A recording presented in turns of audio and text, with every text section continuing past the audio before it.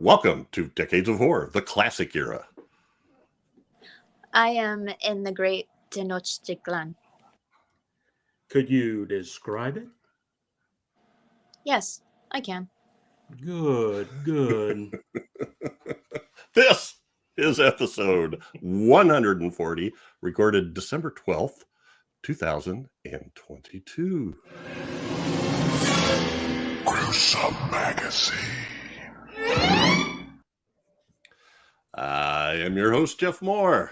On this podcast, we cover the good, the bad, and maybe even the ugly horror films released since the beginning of time through 1969. In each episode, we'll discuss the monsters, spirits, psychos, and villains. I'm looking at you, Chad, that have haunted movie-going audiences since the dawn of film history.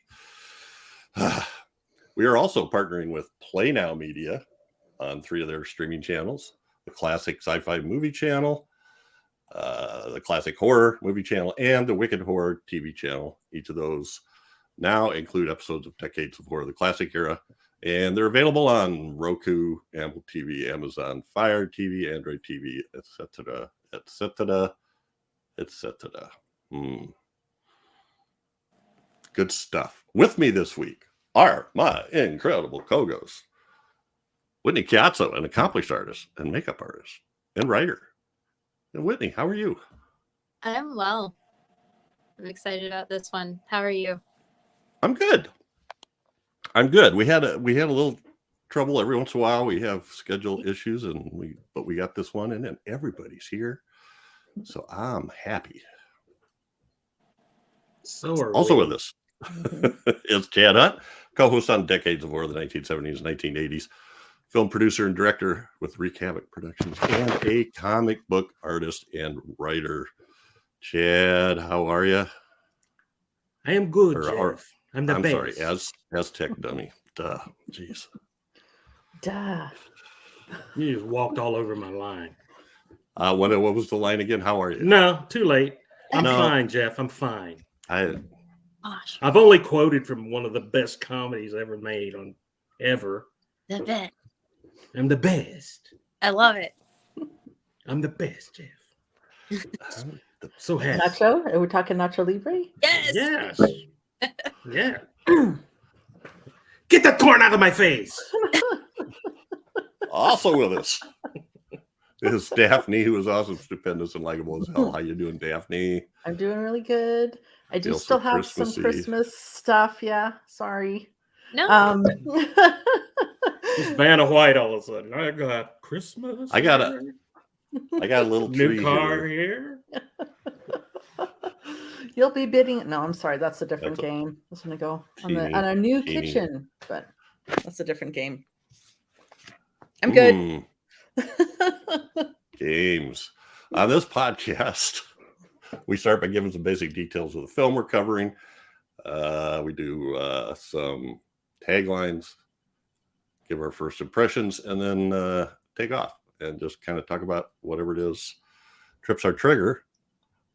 Our movie this week is La Momia Azteca, or the Aztec Mummy, which would be much easier for me to say, from 1957, directed by Rafael Portillo, written by Guillermo Calderon and Alfredo Salazar. Cast includes Ramon Gay, Rosita Arenas, Jorge Mondragon, I don't know what is Croc, Crox, Alvarado, Luis Acevas, Castaneda, Angel Di Stefani. Production company, Cinematográfica Calderon, filmed at Estudios Clasa in Mexico City in March 1957. It was released in Mexico November 13th, 1957. The synopsis, which is rather long, and I really did condense it quite a bit. A doctor proves his theory that hypnotized people can be regressed to past lives by hypnotizing his lover, Flor, who in a previous life was, is it Xochitl, a god's maiden who was killed for having an affair with the warrior Popoca. The doctor steals 2 brass jewelry pieces from the tomb. Now they must face the curse of the revivified mummy of Popoca and the efforts of the evil, the bat, who thinks the jewelry will lead him to an Aztec treasure. A lot of players here. Did that make sense? I don't know. How do you pronounce that? The princess's name or the Xochitl. Xochitl? Xochitl. Yep. Xochitl. Okay. Xochitl. Not too hard on the T. No. It's a Nahuatl name, and I'm learning the classical variant. I plan to take the Jaliscan variant, but it's not an easy language, but it's pretty cool. I'll admit. But yeah, I've learned like with the T and the L, you have to kind of click your tongue a little bit. So it's Xochitl. Ooh. So I'm still working on it. Okay. Yeah, I didn't get any of that. So it's now time for Oh no. taglines with Chad.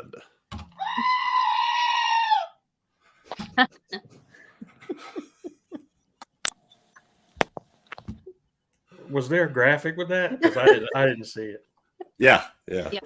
I'm glad I didn't see it. Is it the same It's graphic just- we always use? I think Yeah. yes. God, holy crap. Okay. It's not coming through, huh? Nah, it just came through now. Oh, okay. Well, then we need the intro too. I'm sorry. Kick in a little more for better Wi-Fi, Jeff. would you? All righty. Taglines with Chad. So, All right. the only Okay, go ahead. taglines I could find were Spanish taglines on Spanish posters.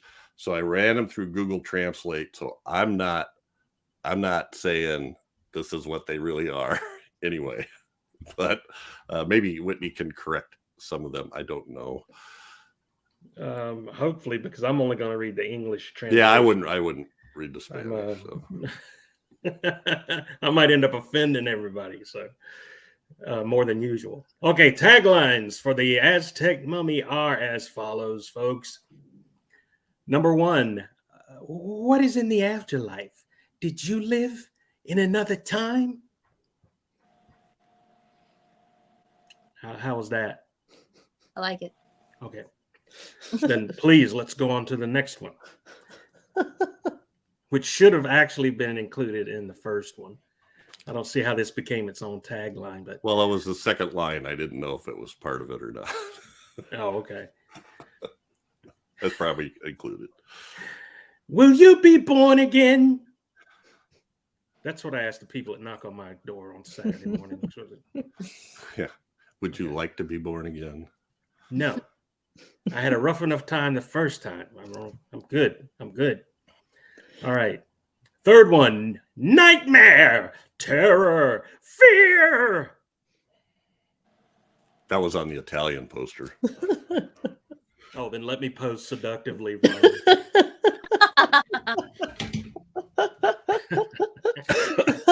Great. Stop it, Chad. Stop it. We have work to do. Can't be distracted. You have to focus. I have problems with that. Terror comes from beyond the grave. In the last 5 minutes of the film. Another Italian one, I believe. Yeah.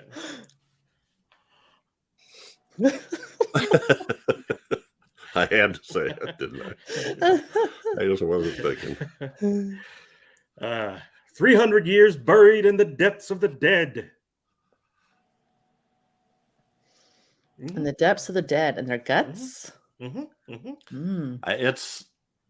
I have a feeling the translations just don't work too well. They He don't, didn't look buried to me. He was just kind of laying there. literal Yeah. translations don't. I kind 300 of like years. the idea of 300 years buried in the depths of the dead. It sounds cool. It does. All right. The last tagline: "It rises from the dead, never to return." Except when he To the dead. He went on walkabout, so he could come back. On walkabout. Yeah, he did go on walkabout. Okay, that's been Taglines with Chad. Okay, I like the first sound effect better. Yeah. Okay. Well, let's get to first impressions here. And this one is Whitney's pick. So we're gonna let Whitney go first. Well, So this is kind of a sort of a famous group of movies. So anyway, fire away. well, I didn't know too much about them, and I sort of stumbled upon it by accident on YouTube with like looking at clips of like Attack of the Mayan Mummy, and I was so confused because I'm like, okay, well, what's going on with these films or with this film? I'd like to know more. And so seeing clips of that and seeing some of this, and then watching this, like this title with this one as like the Aztec Mummy, I also thought, you know, how cool is it to see something with some history and knowing like that it has some sort of like connection for me to look at, like something in horror and something like knowing like that I'm connecting to it culturally. And I'm like, I'm trying to see if there's anything folklore wise. And there is a little bit of folklore to this, seeing that there's, you know, there's a character, Xochitl, and she's like a past life character, and I really love that because I find that the past life character is there because of this the present character who is named Flor, and so I don't know where to begin. I really like the idea and the premise of this character and her connection to this her present self, and that there's this past life self, and there's a monster, there's a mummy involved in this one thing, and it's that golden plate, and then there are other characters that are involved that have this greed with it. But I really like the idea of all of this. But the one thing I have that I apologize for is knowing that the quality that I chose is not the best quality to watch. But I know we have to talk about which films actually look great in resolution and which ones didn't. So that's my take. Okay. Yeah, it does have some good folklore in it. If you take the time to try to look it up, there's some real some historical background to it that seems fairly accurate. Daphne, how about you? What did you think of the Aztec Mummy? I hadn't seen it before either, and I didn't know anything about it, so I was excited to watch it. And I thought it was really fun. I love seeing another culture's take on, you know, the mummy story, and kind of it's interesting to know that there's some folklore in that Aztec folklore that also kind of goes in that same area from, you know, Walking Dead that you see in other stories. So that was really cool. And I really liked the Flor character, and I automatically liked her past life character. Just they're both really, I really liked Flor a lot. And I thought it was a little padded. So, but at some point that became part of the fun of watching it. Like, how many times are they going to pan from this guy looking to that guy to looking to Flor to looking to the, you know, but that just became fun for me. And then when I was reading about how I didn't have a chance to watch the other two, but I would still really want to. I understand there's some that they were filmed at the same time. And then some of the scenes were used in each of the movies. So I think that would be interesting too. But I really thought it was fun, and I would like to watch the other two also. And I'm really glad that we watched it and that Whitney picked it. Mm-hmm. Yay. Thank you. And Chad, how about you? First time seeing it, and my first impression was surprise because I didn't know there was a luchador in this film, which I love luchadors movies. So this was a pretty cool surprise for me to see the angel in there. And oh, wait a minute. Now I know what happened. Did I watch the wrong one? No. Yes. The What? So the one with okay. Angel, Good night. I'm going home. But no, this is great. Actually, this is great. This will give us some variety. Because I did the same thing, and I think it's that way maybe on Tubi. It says the Aztec Mummy, but it's the Curse of the Aztec Mummy. It's the second one. Man, that is some bull snit. I think I have that right title when it comes up. Like I think it says Maldition, whatever. Yeah. So anyway, Okay. so I'm gonna take a nap. So we'll talk about that. Hold on to that for a minute, okay? Sure. What else am I gonna do with it? I was confused by some of the different posters too. I was like, that has someone that I don't recognize, but I thought that's what this is called. And yeah. So I got like obsessed with trying to find a good copy of this, and which could have led to me watching the wrong one because I couldn't pick which one. You didn't use one of the links I gave you for the Aztec Mummy. That's what I did. No, two of them said this video is private.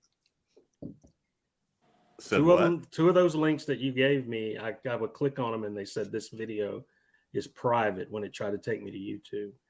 Okay. So I went to Okay. So I went straight to Plex and watched and just typed in the Aztec Mummy. And that's just a warning to listeners. Make sure you look at the title screen and it'll be in Spanish and may not be what the streaming service tells you it is. So anyway, I looked all over the place trying to find a good copy of this, and the only good copy I could find was one, and it's like pristine, really, but it's in Spanish, and there's no English subtitles. And that's why you found a dubbed one. Aha! So that makes sense to me now. That makes me angry. You're good. You're good though. So I kind of just sat down one Saturday afternoon and watched all of these and took notes so I would get confused because there's a lot of similarities. But it was fun. But I liked it. If just talking about the Aztec Mummy, really, it's got a good story. There's a lot of history in there of Aztec rituals and I don't know if I want to call it mythology, but lore and traditions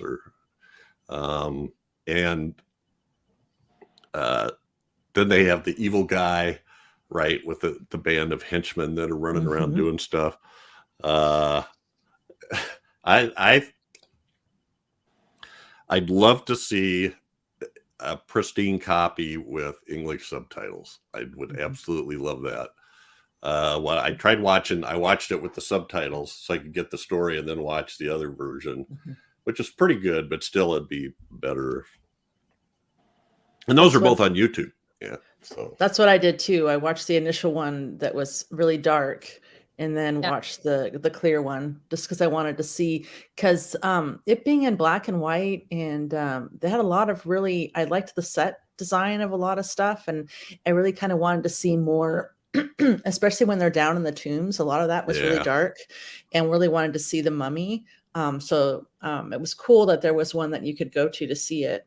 And I did the closed captioning, like I think you said you had tried to do too, but I didn't really trust the translation. The first time I went to that one, the Spanish one, there was a thing on YouTube that said, I don't know, translate to another language or something. And I picked English and it worked. It seemed to work, but I never could get that to do that again. I never got a single other was word my out of them. experience too. Yeah. So the different versions of this had the same characters in it, because the one I watched had the same character names in it. Well, yeah. So they filmed it, all three of these movies at the same time, back to back to back with the same characters, and bled them over. So let's, before we go any farther, let's take a look at the posters. So I like this poster, La Momia Azteca. I do too. Yeah. I like that one a lot. I want to go drink some ammonia No. after this debacle. La Momia. So this is Now this is you can great, talk about one of Kat. the other ones. Yeah, that's right. You know what it'll give us a chance. So this is the an Italian poster, which we kind of joke about it, but it's really It's stunning. it's not a stereotype if it's true. The colors are very- beautiful.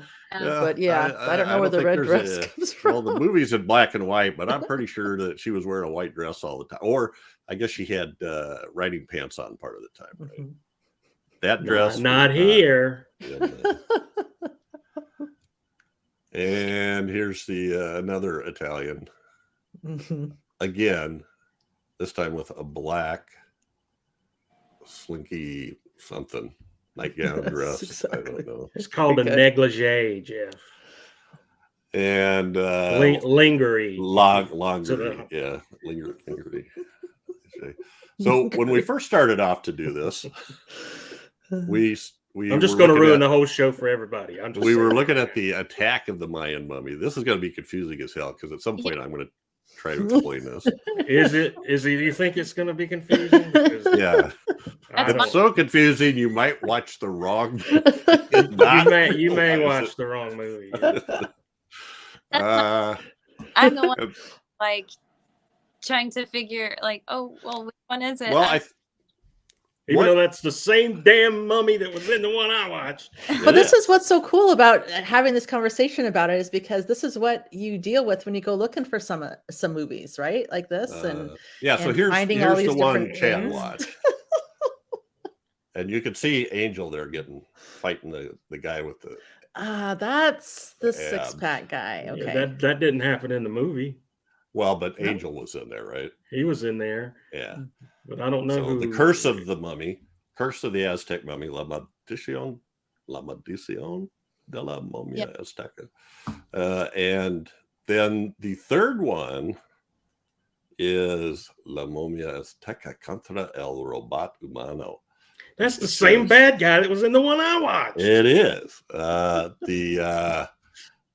And in the English it's the robot versus the Aztec mummy, you know. I've And seen then that. lastly, there's another one that's really, this one is not connected because it doesn't have the same characters, except maybe kind of the mummy, is Las Luchadoras contra la Momia. That's really cool though. And Mhm. the English title is Wrestling Women versus the Mummy, the Aztec Mummy, which is, this one is really awesome.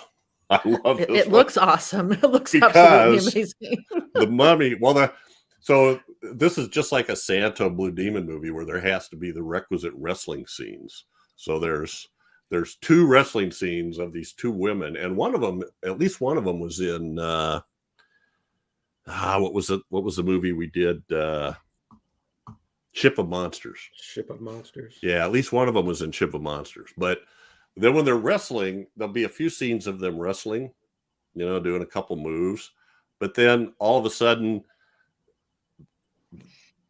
instead of being kind of tall, lithesome beauties in leotards, they become short, stocky, muscular female wrestlers that are fighting. It's just How's it going?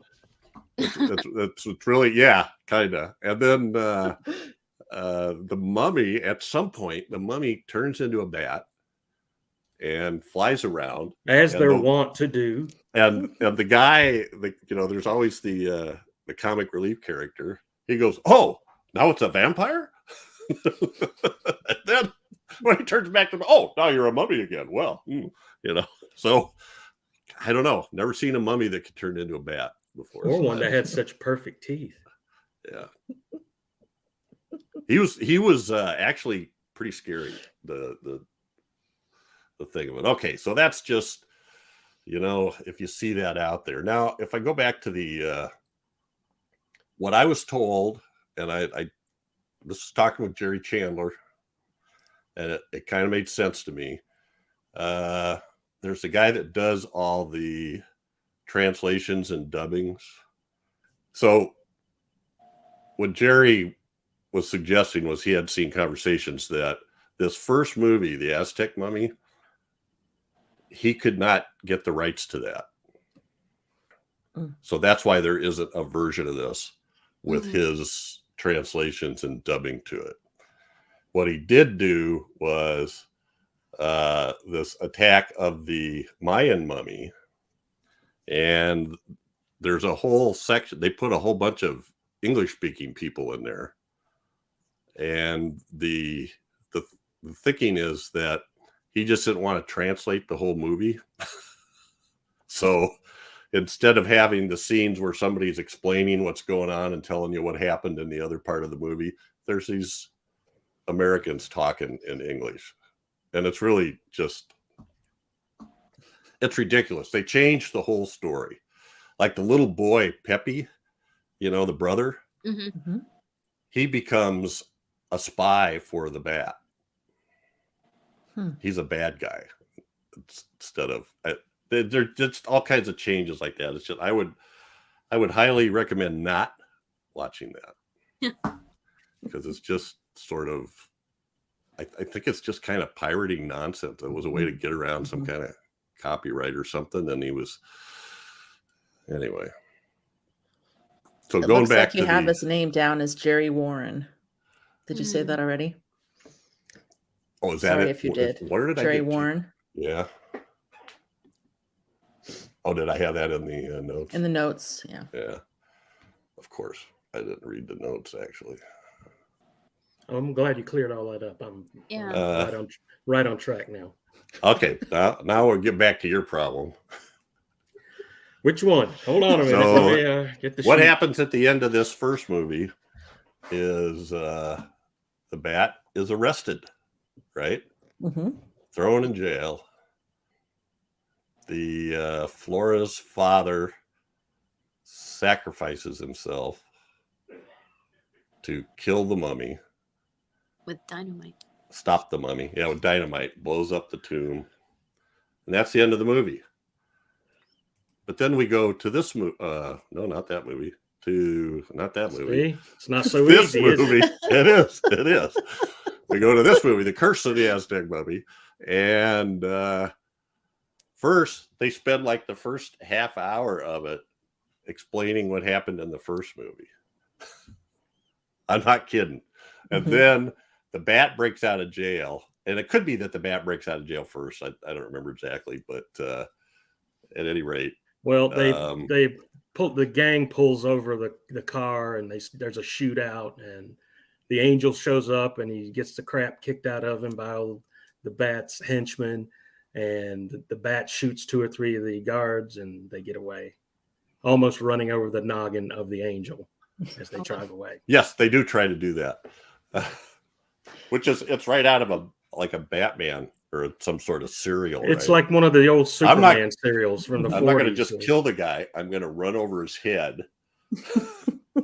So no, don't shoot him. I have my own ideas. He jumps in the car and starts driving, and he rolls out of the way. So. That could explain. There was a part in this movie where the guy with the big glasses and the bow tie, and the little brother are just sitting on the couch, and they come out of nowhere, and they're like, "Woo! What an adventure that was!" And I'm going, "Did I miss something?" Yes. So this one too, just for Whitney and Daphne, it's hilarious because when they shoot the machine guns, it's like obvious they're holding like wooden versions or plastic, and they go like this. That's awesome. And then you hear the sound in the background. I was confused by that as well. I was going, what is this thing? Because it goes.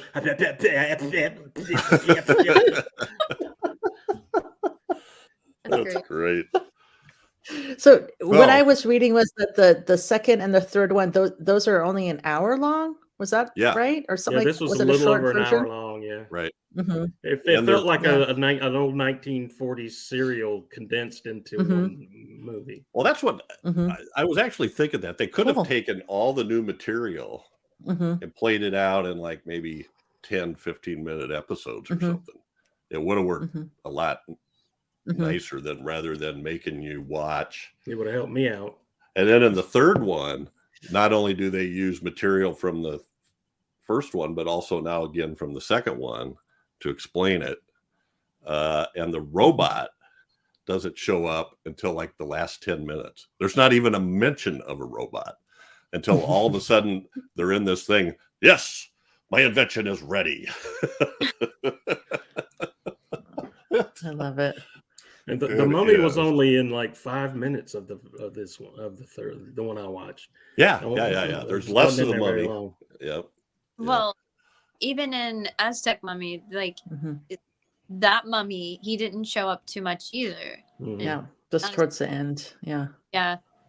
Yeah, so the bat escapes in a shootout with the police and then explains to his thugs the events of the first movie while we're watching archival footage of the first movie. Mhm. Then Angel jumps in, who's a lot like El Santo, but not near as invincible. Oh, Uh, wow. Yeah. Oh, you got the I crap. guess not. And then And he got his turns out- T-shirt dirty. He turns out to be in the first movie. He is Pinacate. Pinnacle. Oh, the guy who was scared of his own shadow? Yes, Which, he's kind of like Clark Kent. if He's I, kinda like if I may, Wow. I had with no- his big thick glasses and Yes. yeah. I had no idea who this dude was, and they're like, "Oh, it's you! Well, I'm sorry for Oh, making fun of you. You're so wow. scared." And I'm going, Yeah, the whole first I movie, kept he's thinking I like, was missing stuff. Yeah. they'll say like, go back to the car and get the shovels and the picks. You mean the sticks and the ruffles or something? You know, he's just, oh, but I by myself. Oh, you know, and then he goes halfway back and meets Peppy and then comes back. And then they say, well, where's the shovels and the picks? Oh, but he doesn't want to do anything Mm-mm. that could be scary. Although at the end of the movie, he does. Mhm. You know, he helps. I think, doesn't he help pull the professor out? It's like, but anyway, then they come up with this angel character out of nowhere, and then at the end of the movie, they reveal who he is. And I'm going, what? That is awesome. Is there any other mention of this at all later He's on? not. He's not in the It's third just- movie at all. Angel is not in the third movie at all. Oh, I Well, love it. they pulled his mask off, and he's like, "Well, I guess it's the end of the angel." I was like, Yeah. well, "Just don't wear a mask. Yeah. You still do that stuff." Something else that I loved with the bat was, and if you guys tell me if I didn't know how to interpret it when he was talking to his henchmen, was that like a video phone or was that a just like showing him and then going to another Yes. one? Because that I thought was really cool too. I'm like, what is happening here? Are they just talking to a It's- wall or are they actually having a conversation, like a Zoom conversation? Right. You know, and seeing that, like seeing the bat doing that automatically made me think of like watching Santo movies because he would do the same thing with the way he communicates with other people in his work, like in his settings. So I mean, I guess there is that little bit of that connection with or, and what they do. Yeah. Well, and it's kind of like is the like the superhero and the henchman that do they have like these special science skill? I mean, because he was a scientist, right? Where he could create this whole world that's super, bad guy. This guy in this one was just he was just the gardener or something. Because Well, the angel, right. Yeah, He's just like he made his. uh, He had a little. They had a little. It wasn't a video watch, but it was like a walkie-talkie of sorts. Yeah. And the kid's name was Bobby. in Oh, this that's one. right. That's right. It was Bobby, and he gives, if you ever need me, call me on this. And Bobby's like, Mm. okay, cool. So then Bobby needs him because everybody's getting kidnapped. And he goes, I need you to come right away. They've taken everybody. Blah, blah. And he's just laying on the bed, looked like he was reading girly magazines or something. He's like, all right, cool. I'll be right there. Give me 5 minutes. They have Angel. Angel is hanging in this. Well, he's in this room where the floor slides out, and underneath the floor is a pit of rattlesnakes. There wasn't a poisonous snake in that pit. He somehow or another jumps up and grabs like a light or something. What is it that's hanging there? Yeah, hanging light. He goes, give me something to push myself back and forth. I was like, put your feet against the back wall that you're leaning against and push forward. And Bobby's there jagging a stick into his belly and everything. No, higher. I like the second one is a lot of fun. The third one is really, I thought, was just really boring. The second one, you get all that angel stuff and all these traps and I got away. Oh, now we're caught again. It's just then he's tied to a chair right in the room with the doctor. Yeah.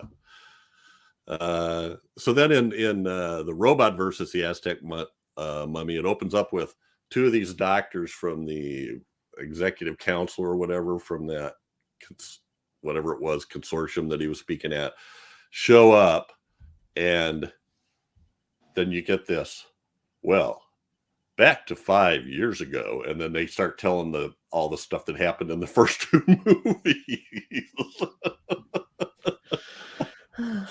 And then he who defiles the tomb of the Aztecs and finds the sacred plate will run the risk of death. Don't forget that. That's what Flor was saying the whole time. Yeah. So they take 20 minutes to recap the first movie. This is in Robot. And then another 5 to 10 minutes to recap the second movie. And they take the police and they go back to Krupp's, but everything's empty. They've taken everything away.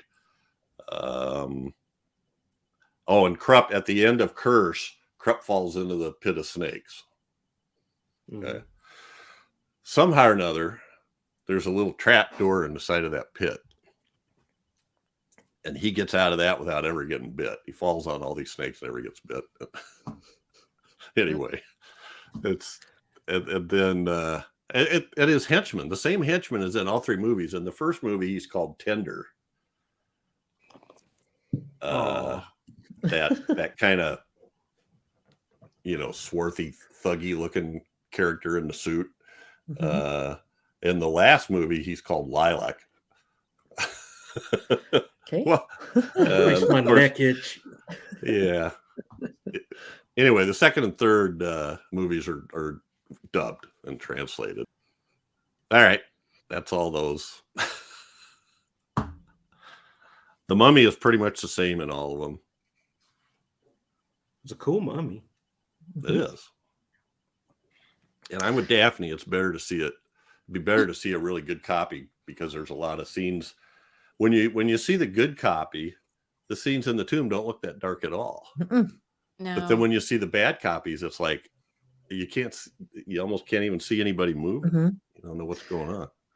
And at first I was wondering if that's just how it was. Like it was just, you couldn't really see the mummy very well. And so when you said that there was a nicer version, yeah, I was surprised how nice it looked. And that whole tomb scene was really nice. So to recap, the Aztec Mummy, the Curse of the Aztec Mummy, and the Robot versus the Aztec Mummy are a trilogy.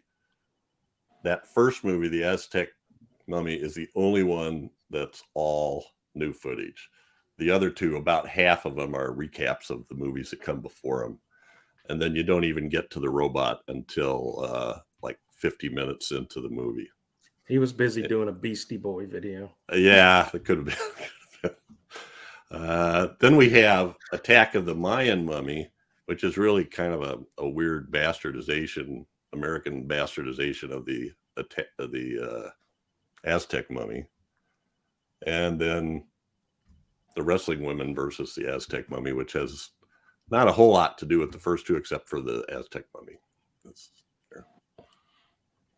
I also like that the Aztec Mummy, he didn't die. He was just left in this kind of undead state for hundreds of years as his punishment to just kind of watch over the breastplate and the was there a bracelet? I'm sure there's a, Yes.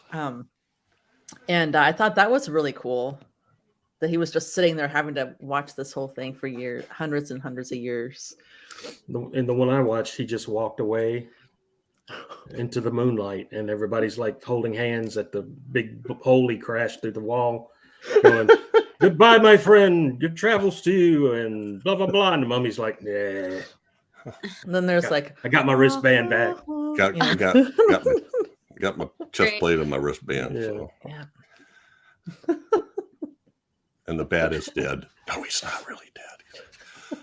Well, the mummy threw him into that pit. That's right. Yeah. Well, let's look at of the Aztec mummy now. And actually, these are the leads in all of them. Ramon Gay is I guess, sort of the lead male character, Dr. Eduardo Almada. And Crow. Alvarado. Is it pronounced Crow? I think so, yeah. Cool. Crow? Crow. Okay. Crow. That's what I wasn't sure of. That is the guy that is on the cast list. He's listed as Pinicati, but then they keep changing his name. And they change it a little bit in the dubbing. And he is the angel? He becomes the angel in the second movie. Wow. There is no angel in the first movie. And then the bottom one, is it Jorge? Jorge Mondragon. He is Flor's father, correct? Yeah. And also a doctor. And Ramon Gay, the doctor, is Flor's fiance.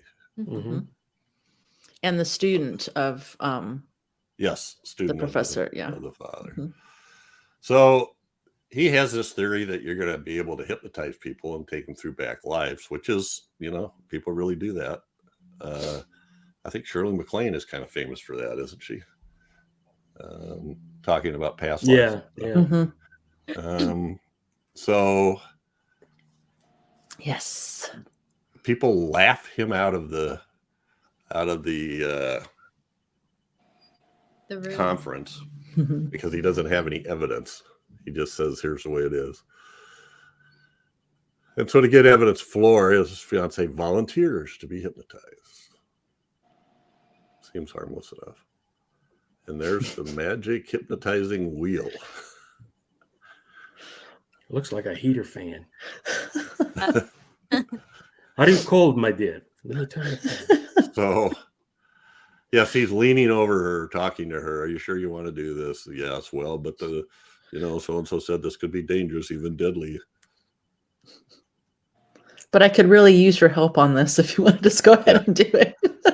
I'd be glad to give my life to science.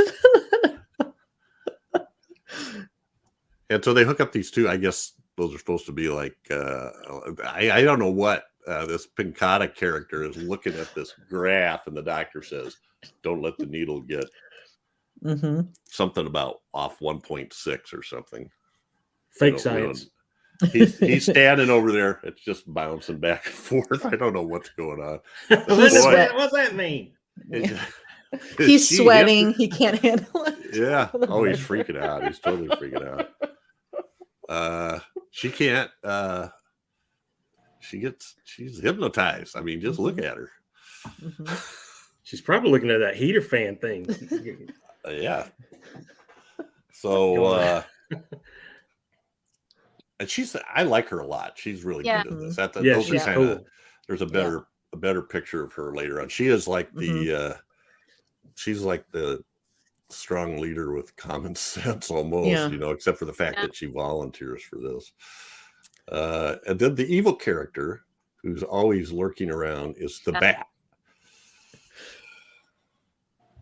Looking through the windows, hiding behind the drapes.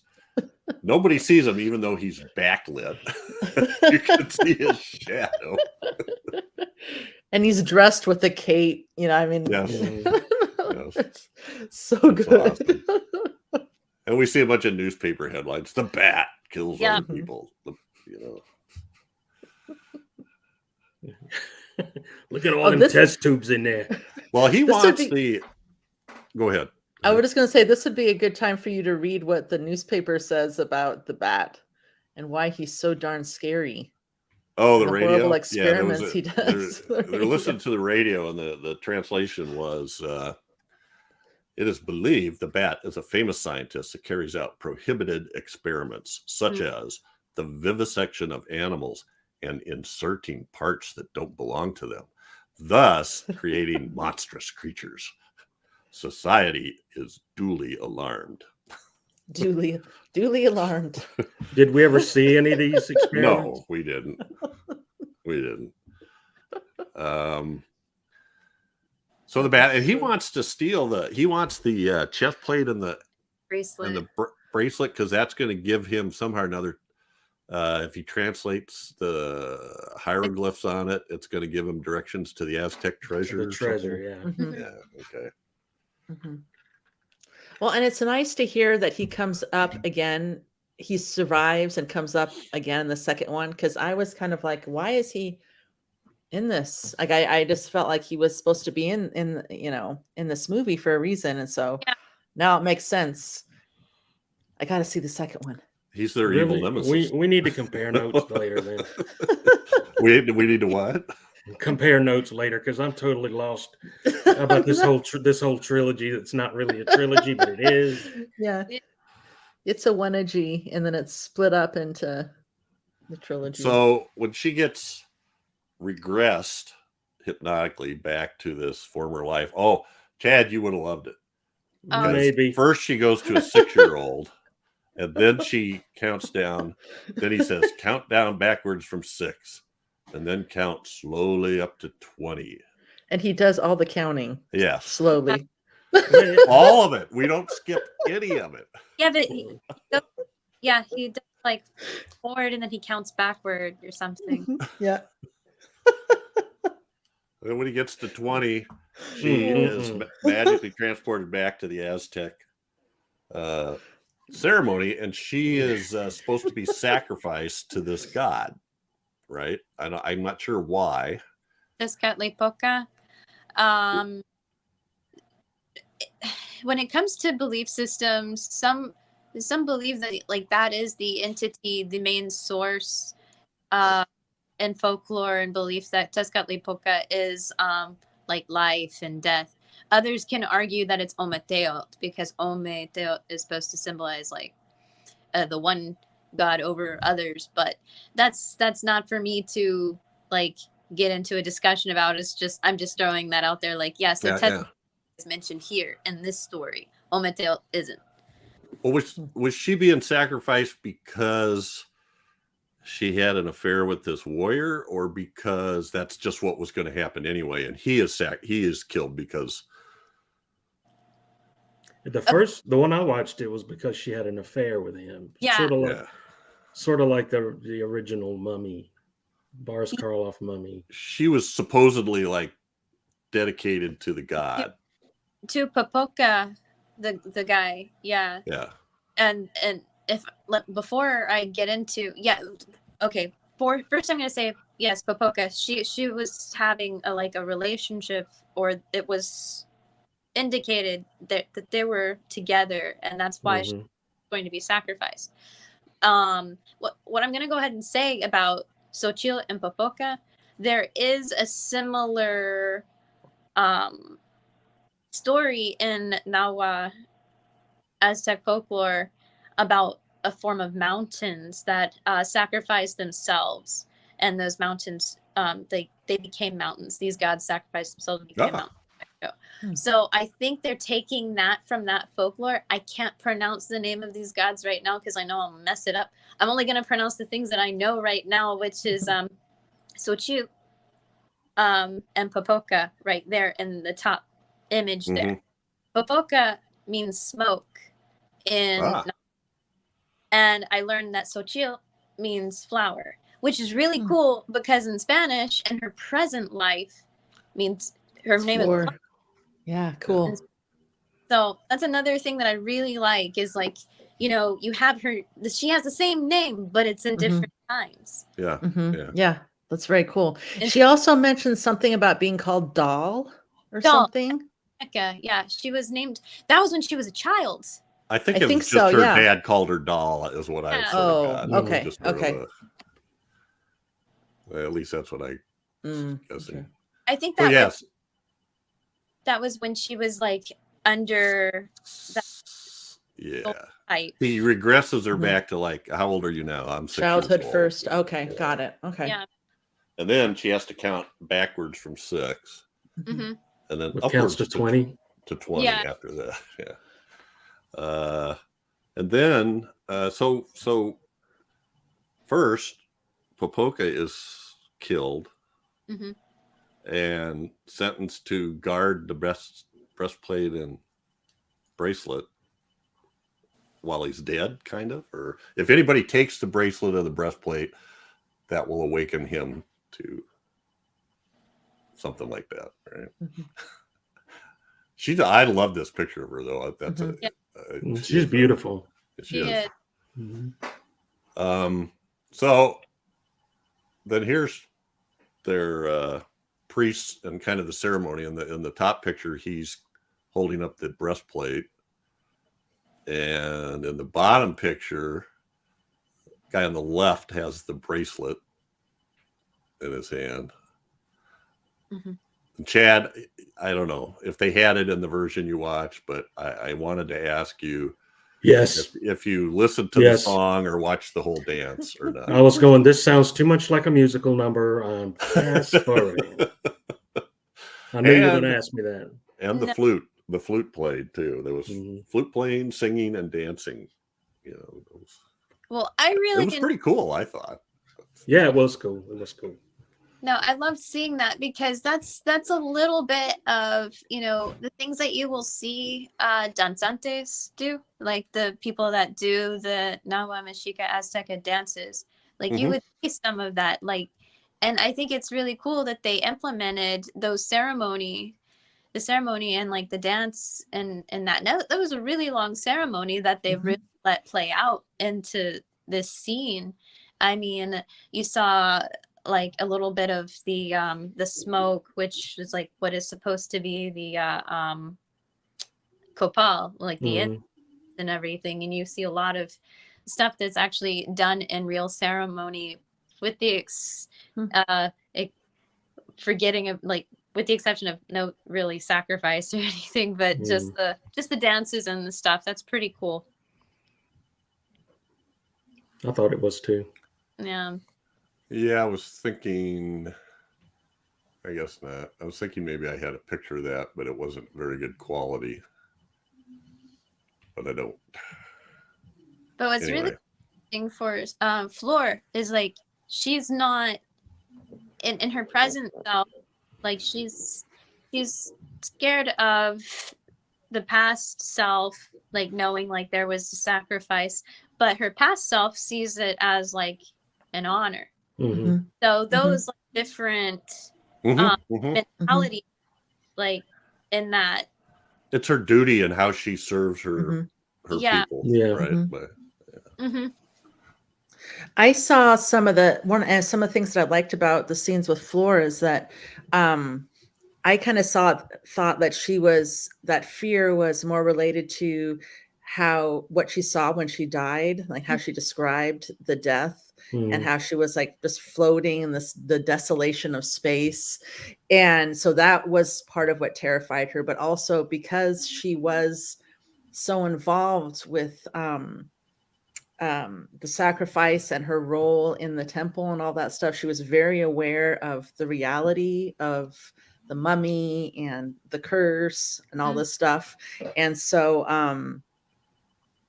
yeah, there was that connection between who she was in the past into who she is now, plus this terrifying experience of experiencing death and being separated from your body. I thought all those were really cool things to talk about.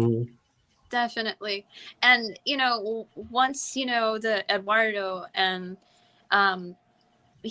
wanting to go and get the breastplate and Mhm. everything as proof, like to link to her experience and also for the hieroglyphs and everything. But she's makes a point to say like you should take it back Mhm. because of how she's feeling, like what Daphne's been talking about. Yeah, I thought that there was a lot of cool stuff that was in here that is just part of the story, you know, that is really is interesting and more to it than just kind of like, you know, I don't know. Sometimes some of the stories are pretty simple. But this, I felt like there was a little bit more depth going on if you wanted to like listen to it or think about it. And I was really impressed with how she portrayed that character. It just kind of sucked me into listening to what she was saying. Mhm. Definitely. And I really appreciate that you have so much knowledge that you're sharing with us about the ceremony, because when I was watching it, I'm used to watching Western movies where they kind of are portraying what they think Yeah. something was. And Yeah. so I kind of, when I was watching it, I was like, okay, am I watching something? Okay, this is a Mexican made by, a Mexican movie. What's being portrayed in it. And so it's really cool to hear, that some of this is based on, Yeah. some historical stuff. That's really Because cool. I wondered that too as I was watching that whole thing. I was like, Mhm. how much is this is really Right. authentic? And Right. so that was cool to hear that they Uh-huh. really went back and used some of that in the movie. Mhm. Yeah. Definitely. I could tell some of it was authentic as far as some of the dances were. Mhm. And the dances, like from like danzantes, people that do the dances, like that's their way of telling stories. That's their Mhm. way of expressing culture. And actually seeing that for a long scene, I have a lot of appreciation for that. Mhm. Yeah. The singing was really beautiful too, and I was really wondering about where the singing came from. So it's nice to hear that as well. Mhm. Yeah, I enjoyed the singing. And there's something I was going to say about a little bit more to the ceremony. Oh, I mean, it's not like pertaining to the film really, but some people would say about like Aztec mythology or folklore is like people would often think about sacrifices, but also like when I'm watching this, I often have to think about how much Spain was really involved and how much like there's question as to how much did they write and take from our codices. Mhm. And what they say is the hieroglyphs on the chest plate, because when you get some kind of information, then you can probably change that. And there's a lot of theory about how much did the Spaniards do that in history, and then Mhm. seeing the greed and everything from Mhm. Eduardo and the guys that were wanting that made me think of that stuff in history. Mhm. Yeah. Are they Mhm. symbolic of what Spaniards would do when Xochitl Mhm. Flor? She's the one that's like, take it back. Mhm. Mhm. And along with who is it? Was it her father or was it someone else? I'm trying to remember, because one of it was another person who said he was of Aztec, like Noah descent, Mhm. and he even said the same thing, like, no, you need to take it back because it's not going to go well if you hold. Right. Mhm. Yeah, I think that was someone that was at the house. I don't know if he worked at the college or if he worked for the doctor. But yeah, he a couple of times, I think, I think it was his friend, like said another something. doctor from that Okay. Mhm. Yeah, institute or something. Yeah. I would remember right off the top of my head. I can't remember, but I do remember Well, something. I'm glad that, because I did a very cursory search for a couple of the names that they mentioned, and I right away started running into what you just said about how most of the original codices are gone, stolen or destroyed, and that what's left is people trying to figure it out in terms of translations, but they're not sure they can trust what they Right. so Mhm. That's so interesting. So when I I watched hadn't any idea about that. when I watched this, I thought a lot about that stuff.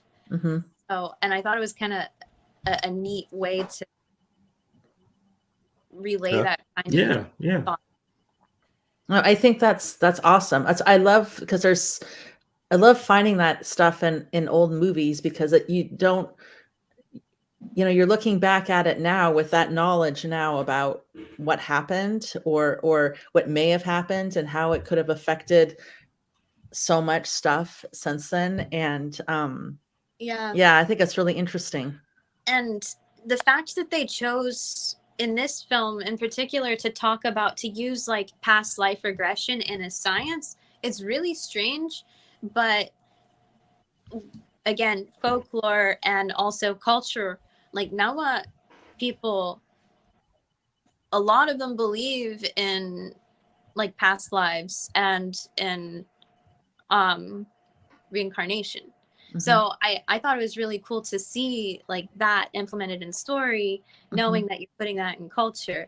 Mm-hmm. So and just to kind of do a strange kind of science linked to this kind of spiritism is really neat for me to see. Mm-hmm. I also saw that, or if I'm interpreting what you're saying, I kind of saw that a little bit in after they went to the tomb and they came back with, the evidence of the breastplate, how some of the other scientists, some of the biggest skeptics of them were like, okay, well, now you've proved it scientifically, but those same people are saying, but, maybe we shouldn't mess with it, and which means like he's saying, we've learned that, we've been told or we've taught or this is what we believe, maybe we shouldn't mess with it, on the other hand saying we're scientists, don't be frightened by this, don't, whatever. So I like that part of the story as well, but it is also kind of it's a part of your culture or something. So it's there in your head for at least some people. It's in your head. Yeah. I mean, and especially in like cultures like to teach like respecting the dead, but also that's heavily embedded in a lot of horror too. I mean, like especially when it comes to, the mummy movies that we're used to watching that are more like Eurocentric, like you get a lot of that feedback and tradition of superstition, like to respect the dead, but it's an all-knowing thing in, Western and European, and knowledge is that's just what you're supposed to do. But it's it reminds me of a little bit, not really because they were so different, but there was this idea of the tradition of the dead in my mind is losing the name of the movie, one of the ones you picked from 1960 where the guy met death and Macario? Yes, Macario. That's what I was thinking of. That's like, again, it goes back to like Mexican culture that's heavily embedded into it, and we still see some of that today from one of the greats like Guillermo del Toro. He makes a point to have that message in his film, and apparently did it with this new Pinocchio film that I've yet to watch. Well, apparently this idea of past lives and hypnotic regression was kind of a big thing in the news at that time. Yes. Because in 1952, this guy put his wife through a quote unquote hypnotic regression back to her childhood. And who said he was listening to somebody named Bridie Murphy, which was a big thing then. So this was 5 years later. So it would make sense to capitalize on that international interest, I guess, that pairs up with some of their traditions and history, I think. So here's our mummy. And he goes in to steal this little girl. I'm trying to remember. That's isn't that Eduardo's daughter? Yeah. Yes. Yeah. Yes. So it's funny with this scene because you think it's gonna go after this child, but then realizes that Flor is there. Flor. Mm-hmm. Yeah, because I thought at first he was just there for the breastplate. And then because she had the breastplate, right? The little kid. But then he realizes that, oh, there's Flor. Yeah. Yeah. There's my love right over there. So where were they? Do you know when they showed them climbing up this, walking around those pyramids and climbing up the side of that one pyramid? I'm kind of like, in my mind, I'm thinking they just let people walk up and down that. I mean, yeah, that seems kind of damaging. Yeah, I was thinking, but also I don't know if you remembered, but someone, I think it was Eduardo, or was it the guy that was afraid of stuff. One of them had said something about there was a guard there, or the guard was.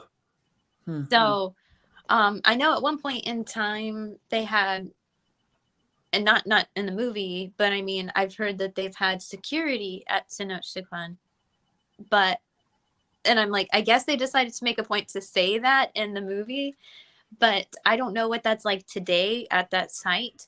But because thinking about it, when you do see people like walking up and down, and let a film crew be at a place that's crumbling, and Well, a year or two ago, there was I heard a story about a woman that slipped through and climbed up, and they had to go up and get her because she couldn't get back down, and I think she was arrested for going up there. So it's I'm pretty sure they do have security surrounding it, and it would make sense. Well, and this is 65 years ago, but still.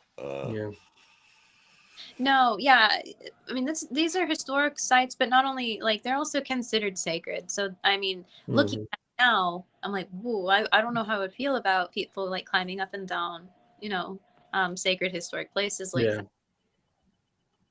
Well, here's a couple other shots of the mummy. He was kind of gruesome. Pretty gnarly looking thing. Yes.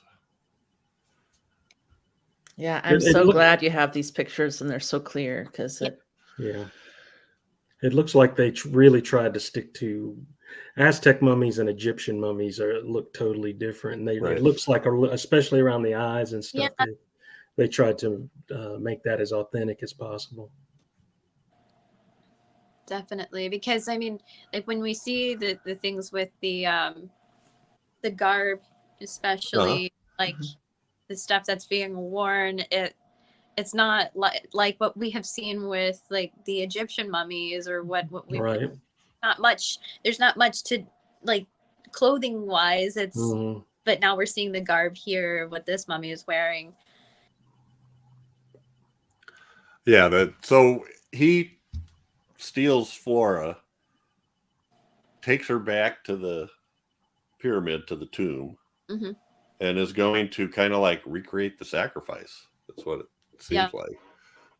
So here's the tomb, and the bottom picture is her skeleton from the original sacrifice. And at the top, that's her. I think that's her looking at seeing that skeleton there. So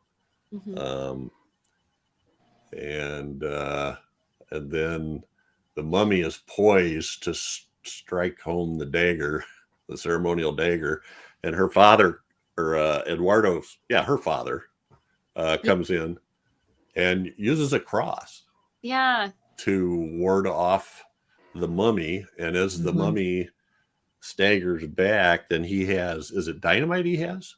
Yes. He has dynamite. And everybody else is scrambling, and it's hard to get out because there's one place where to get out, you have to get hoisted up kind of through a higher window. And they turn around and realize he's not coming, and then the explosion goes off. So sacrificed himself for his daughter, and his... Since the one I watched most of it was the darker version. I remember that when the mummy came and took Flor, Was it her father that ran after her, or was it Eduardo? I kind of thought it was her father, because I thought when someone woke him up and said, he's taken your child, or he's Yeah. taken your daughter. But then I wasn't sure, because the other daughter, the mummy kind of was going after the younger daughter at first, Eduardo's daughter. But I kind of liked that I don't know, there's just something about the fact that they're going to Flor's father and saying, he's taken your daughter, and they just ran off. Mm-hmm. I don't know why, but I liked that. But it was Flor's father, right? Or was it Eduardo's? Okay. Yeah. Hard to see because it was so dark. Because It takes a while to figure out the relationships because they're kind of mixed up. There's a little girl who is Eduardo's daughter. Yeah. And then there's this younger boy who is Eduardo's younger brother. He's probably 12 or 13 or something like that. And then Flor, who's his fiance, and then Flor's father. Kind of seems like they're all sort of living in this. Yeah. And where I got a little confused was like when the mummy, because like Daphne, I'm like, I don't know if it was the father or if it was Eduardo, but I know when the mummy started to take her, I'd like to think it was Eduardo that went after. I think it was. Yeah, I think so. And then that one moment you see like the mummy has her in his arms, but he manages to just like shove him down and down on the ground, and he still manages to get away from him, like walk with her. Yeah, super mummy skills. I love that whole scene though too, when he was carrying her. It was beautiful. Yeah. And what I thought was really cool, and I wish I could have found a picture of it, but they had that whole ceremony, right? And then she goes running up to she kind of dances up, I think. And then she all of a sudden throws herself back down, leaning on her hand or something. Yeah. And then the priest comes with her back arch, and the priest comes and lifts her up like that. And Yes. I don't know, something about that, the pose and and that I just thought looked really, really beautiful and attractive. It is beautiful, and you see that. You do see that in certain portraits and paintings of like the Mexica and Aztec artwork. I mean, you can see some if you go into like certain stores or some Mexican restaurants. There's some of that art, and you see where the warrior, he's holding up the woman like that in that same pose. It's such a iconic kind of pose for the culture. Okay. All right. Well, I really wish this was, available some way. You can buy, like somebody pointed out to me, you can buy it says a Blu-ray of the Aztec Mummy trilogy, but that's not what it is. Yeah. It's the Curse of the Mummy. It's the robot versus the Aztec Mummy. And I think the wrestling women versus the Aztec. Oh, really? That's what they sell as the trilogy. They don't have the Aztec. They don't have that one is not part of the deal. So that one is, I wish there are a couple of companies that are putting out some Mexican movies in Blu-ray. And obviously the quality is there because that one version on YouTube, so I actually think this is, I saw the robot versus the Aztec Mummy on like Turner Classic Movies once, quite a few years ago, and just it's just so much talking and exposition, and giving you the background of the first two movies and then the robot hardly even shows up. But this one I think is a pretty good, serious movie. I'm also curious how, sometimes when we're talking about movies that we have a little bit more information on, we say, okay, well, this much was a budget. And so their plan was to make these 3 stories, and all they had was this amount of time, so they're filming everything, and then they're gonna. And so I just am wondering more about like what the plan was, what the directors and the writers were. Were they going to go with a series, or were they just trying to come up with some quick, monster movies, or what? Chad was saying, I think, because it almost seems to me like the way they have the 3 movies laid out, it would have made a great serial, because the bad guy keeps being resurrected, and then and then you get different protagonists, and the angel shows up and all that stuff, and almost kind of like they decided not to do that, and then just put in all this backstory to get. I don't know. It's just odd. Those second the way it's set up is just like a serial. I mean. Yeah, a lot of those old serials took place in the desert because it was cheap to film there, and just the sets looked like movie serial sets, and the recurring characters just made it. Because even though they're in the one you guys watched, what was the little boy's name? Little brother, Pepe. Was it Pepe? In the one I watched, his name was Bobby. But it still carried on the storyline from those two, because they're sitting on the couch going, "Oh my God, what an adventure!" Blah blah blah. Blah. So that kind of they switch. I'm assuming the names got switched because then you've got who was it again? Kevin Murray gets into it and does the translation, so he's got to put an Americanized name in there. Yeah. Well, but that's just what you're saying, Chad. It's the same with Angel being Jerry Warren. Tenochtitlan, and if you're watching just that movie, you have no idea who this guy is, because his, I'm so sorry. He just appears out of nowhere. Because the little boy comes up to him and apologizes for, I'm so sorry. I thought you were such a wimp. I was like, you did? When? I don't know. And then just the brother in Pepe in the first movie, it's like clearly, I kept expecting something to happen to him, because he's hiding out, he's kind of keeping track of stuff, and he's being sneaky, and it's like, well, what's going to happen to him? So it's really, it tickles me that later on there's these other parts of the story, that this make me kind of appreciate that even more. It was a little bit more to it than just some fun stuff. So I'm gonna keep on the lookout. If anybody knows of even a international company, that I would assume you can buy the Aztec Mummy in Mexico, I would think. That's a good question. I mean, I would like to hope and think so. I mean, that good quality came from somewhere. Anyway, so I'm really glad you picked this. I know we switched from what you originally picked, but I was so confused. I'm sorry. It's because it's confusing.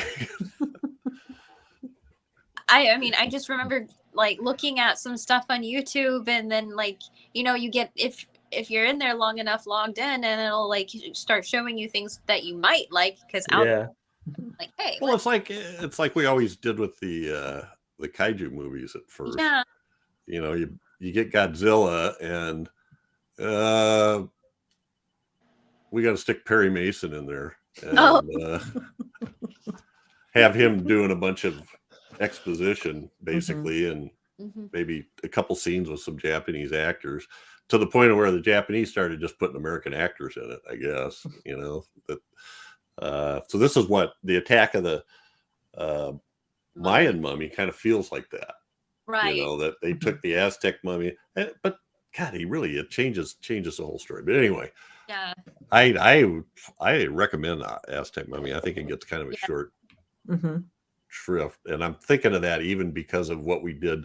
In the 70s, we just did The Creature from Black Lake, and we pretty much all said we didn't think much of it before, because all you ever got were bad sort of VHS versions that were pan and scan, So, but once we saw a really good widescreen, pristine version with good sound, it was like, wow, this is a pretty fun movie. I'd like to see this one like that. I think it would go way up in my estimation, anyway. Yeah. Any other final comments here? Yeah, watch them in the right order. Yeah, and look, if you see the word Maldición in the title screen, you're not watching the Aztec Mummy. You're watching the curse. And that means nothing to of the me. Aztec Mummy. I know. That could be a discounted sale price sticker on the front of it. I have no idea. No, but Imagine my surprise. All right. You're all going up. The funniest thing was all of your faces when I went, there's a luchador, and this one you all went. I'm trying to think, which guy did he think was a luchador? It must have been one of the henchmen or something. here's the thing. It was at that moment he knew. When he mentioned luchador, I'm again thinking of the bat, and I'm like, the only thing that I see correlating with the luchador in any of this stuff is the way that Santo would communicate, Yes. And I'm like, that's the only thing I can correlate is like that kind of like a futuristic superhero kind of communication thing. That's the only thing I could think of. They always do that in the luchador movies, especially El Santo. They put up some kind of a console and have like a twirling antenna on it. It becomes some futuristic science fiction. Super genius behind the mask. My plutonium P-32 space modulator says. Yes, that's right. And you can look wherever you want, anywhere. Exactly. See what's going on. All right. We do have some feedback. Let's start with we'll have Daphne read this one. Okay. Ready to go? Nope. Let me scroll down here. It's on episode 139, The Deadly Bees from Evil Genius. Okay. Let me see here. Sorry. Okay. Oh no, not the bees. The Deadly Bees, a film so terrifying you'll break out in hives. Welcome back, Whitney. That was a tagline, wasn't it? Too, or something. Oh no, not sounds like it. But it's it's easy to get confused between beehives and people hives. And Nicolas Cage, bad remakes of great movies. The Wicker Man. All right. Oh no, not the bees. Whitney. We have one on episode 137, Brides of Dracula from Lone Wolf. Yeah, sure. Can you see that? Yeah. I can never tell. Yeah, I can see it. Okay, Lone Wolf. This is the film that, in my opinion, established Peter Cushing as the greatest vampire hunter ever. Blade? Never heard of him. Cushing's cool charisma is a breath of fresh air in all of these Dracula films. When I saw this as a kid, my jaw was on the floor, especially the scene when Cushing successfully removes his own I lost my place. Incoming vampirism via holy water and burning the bite wound. Yeah, there's no Christopher Lee, but considering Lee himself wasn't pleased with his role as the Silent Count, are we really surprised? Brides of Dracula is one of my favorite Hammer films. Thanks, guys, for reviewing yet another horror staple from my childhood. Yeah, it was good. Yay. Thanks, Lone Wolf. Yeah. So Cushing makes a great Van Helsing, but I had totally forgotten that Jack Elam plays Nicholas Van Helsing in Cannonball Run. Yeah. You want me to start the examination right away, JJ? Didn't you say that in the podcast? Yeah. Okay, got it. Okay. It's my favorite line. I'm always repeating it. I would say it to strangers on the street. I just go up and whip my middle finger in their nose and go, oh my gosh. You want me to start the examination right away, JJ? All right. And then from episode 138, The Brainiac from Evil Genius. Chad? Evil Genius says, I have a couple of takes on this. Yes, when the Inquisition, Spanish, Mexican, all branches of the same organization is involved, typically they are fanatical antagonists and usually in the wrong because of that. However, even a broken clock is correct twice a day. They may have stumbled into burning the right guy. I would have been fine if we had proof that El Baron del Terror was innocent and he went after his killers as a ghost. But this dude went 300 years into the future riding a comet to kill innocent people. That isn't someone who was right in the head. I agree. No. Yep. I agree. That's cause for concern. That was I felt like I was riding a comet watching that. Oh my gosh. Oh, the comet. Wow. Because yeah. my ass was burning, my head was burning. Everything was burning watching that movie. Please see someone about that. The over-the-counter stuff's not working. So, There's more. There's Okay. more, Chad. also talking about the comet thing. If La Petite Prince can live on an asteroid in outer space, then El Baron del Terra can cast his soul into a comet whose 300-year orbit would take it halfway to the... What does that Oort? say? The Oort cloud before returning to Mexico City. Don't question the science. Happy Thanksgiving, Grue-Crew. Yay! Happy Thanksgiving. Yeah. That's a All good right. point. So I had to do it. The Oort cloud, a theoretical concept of a cloud of predominantly icy planetesimals proposed to surround the sun at distances ranging from 2,000 to 200,000 atomic units. Okay. I thought there was something on my computer screen. He is a genius. He's an evil Genius. If only he would use his powers for good. Happy Thanksgiving. Yeah, we're moving up Yes. towards Christmas now. In fact, I don't know. This episode will come out this coming Saturday. 'Cause we delayed a little bit. So, all right. What's up next? Chad's pick. Now we're going to get into something that makes a lot more sense to me. It is a third movie in a trilogy, Oh god. It is. and we've covered each movie chronologically so far. We have. So this makes perfect sense to me. That never happened. So Most of the time. Didn't happen today because I watched a whole damn wrong movie. No. But No, you just jumped ahead a little. That's all. next up, that was your And it was assignment. confusing. That's what we're Oh, going. that's That right. was your assignment. Was I number two. misunderstood the assignment. I'm sorry. Next up is 1956. The Creature Walks Among Us, the third in the Creature from the Black Lagoon series of movies. So Cool. The one they could never top. They never did it again. well, I think this one put the plug in it. Could be. Anyway, I'm looking forward to that. It's been many moons since I've seen that. Hmm. Plenty of ways to stay in touch. So thanks to Lone Wolf and Evil Genius for their comments this time, and keep on the lookout for more. We love comments. We love your input. Point out where we're wrong. I'm really going to be looking forward to comments about this episode.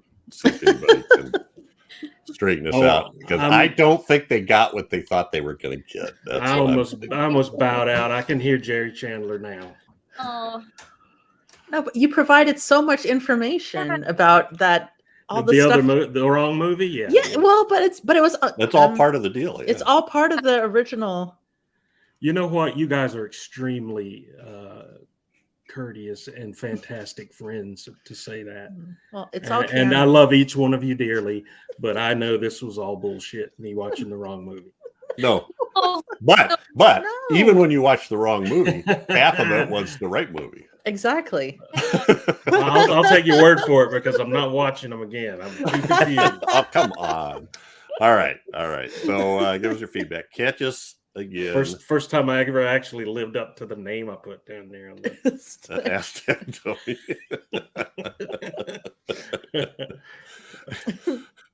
Catch us again here in 2 weeks for another great horror movie of the classic eras. Only decades of horror can do it. Say goodnight, everybody. Good night. Good night, everybody.